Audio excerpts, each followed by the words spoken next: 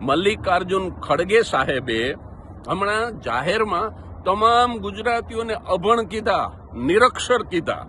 અને એટલે મારે વિનમ્રતાથી કહેવું છે કે ભારતના રાષ્ટ્રપિતા મહાત્મા ગાંધી ગુજરાતી છે અને એ પરદેશમાં જઈને બેરિસ્ટર થયેલા.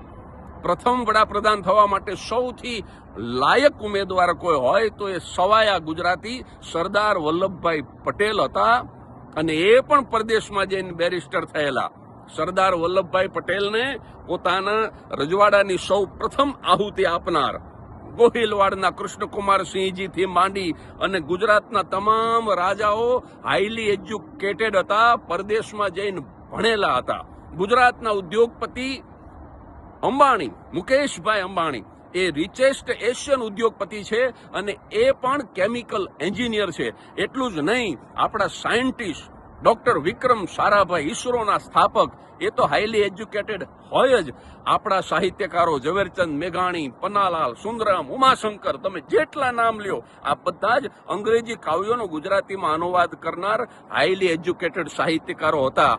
અને અમે લોક કલાકારો, હું તો નાનકડો કલાકાર છું, પણ 3 અલગ અલગ યુનિવર્સિટીમાંથી મેં 3 વખત પીએચડી કર્યું છે.